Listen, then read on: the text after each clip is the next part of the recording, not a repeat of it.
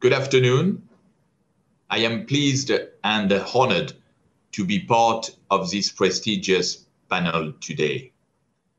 As humanity is currently struggling with an unprecedented sanitary and economic crisis, it has never been so urgent to work together on shaping a better world for our children, for us all. This pandemic has highlighted how connected the world is and the vital importance of travel and tourism for economies, jobs, and human well-being around the world. At WTM, World Travel Market, our number one priority is the success of the travel industry and to ensure we do everything within our control to help the industry recover, rebuild, and innovate. Now, what does it mean? It means that the travel industry still has an unclear future post-COVID, and we want to facilitate events which will focus on business connections, recovering old ties, and building new ones. We want to position the travel industry for tomorrow's world, growing commercially and being sustainable. Help develop the next generation of industry leaders, attracting tomorrow's travel consumer. WTM Virtual has recently taken place, and we were delighted with the active and positive engagement from destinations around the globe, with thousands of meetings having taken place to help secure and shape the coming years in tourism. Today, I would like to present some potential solutions to restart and rebuild the tourism industry in the Central Asia region. Reopening tourism-related businesses and managing their recovery in a way that is safe, attractive for tourists, and economically viable will require coordination at a level not seen before. The public sector may be best placed to oversee this process in the context of the fragmented SME ecosystem, large state-owned enterprises controlling entry points, and the increasing impact of health-related agencies. Based on valuable insight from McKinsey, IATA, WTTC, UNWTO, and other partners, we suggest 4 ways in which governments can reimagine their role in the tourism sector in the context of COVID-19. First, streamlining public-private interfaces through a tourism nerve center.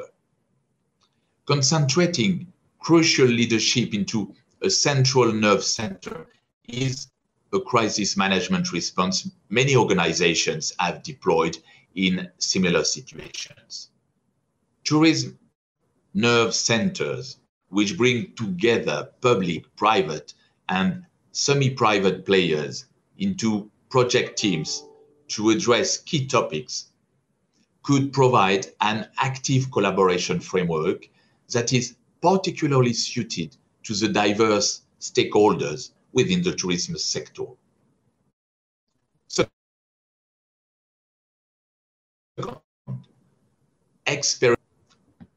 Some forecasts indicate that it will take several years for tourism demand to return to 2019 levels, which means that overcapacity may be the new normal in the medium term.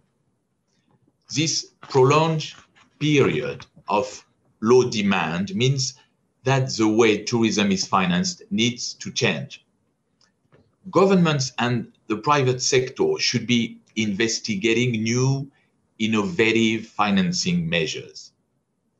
One option, for instance, would be the creation of revenue pooling structures for hotels, which could help asset owners and operators, especially SMEs, to manage variable costs and losses moving forward. Hotels competing for the same segment in the same area could have an incentive to pool revenues and losses while operating at reduced capacity. Government-backed equity funds could also be used to deploy private capital to help ensure that tourism-related SMEs survive the crisis. Third, ensuring transparent, consistent communication on protocols. The return of tourism demand requires that travelers and tourism sector employees feel and are safe. Although international organizations such as IATA and the World Travel and Tourism Council have developed a set of guidelines to serve as a baseline, and local regulators are layering additional measures on top. So there is a need for harmonization regarding regulations imposed by local governments. Digital solutions can be an effective tool to bridge communication and to create consistency on protocols between governments and the private sector. For instance, in China, the health QR code system, which reflects past travel history and contact with infected people, is being widely used during the reopening stage. Fourth, enabling a digital and analytics transformation within the tourism sector. Data sources and forecasts have shifted and proliferated in the crisis. Last year's demand prediction models are no longer relevant, leaving many destinations struggling to understand how demand will evolve and therefore how to manage supply. Uncertainty over the speed and shape of the recovery means the tourism sector needs to undergo an analytics transformation to enable the coordination of marketing budgets, sector promotions, and calendars of events, and to ensure that products are marketed to the right population segment at the right time. Governments have an opportunity to reimagine their roles in providing data infrastructure and capabilities to the tourism sector, and to investigate new and innovative operating models. As borders start reopening, governments could take the opportunity to rethink their role within tourism, thereby potentially both assisting in the sector's recovery and strengthening it in the long term. From current initiatives around the world, we can also take some learnings for companies operating in the travel and tourism market.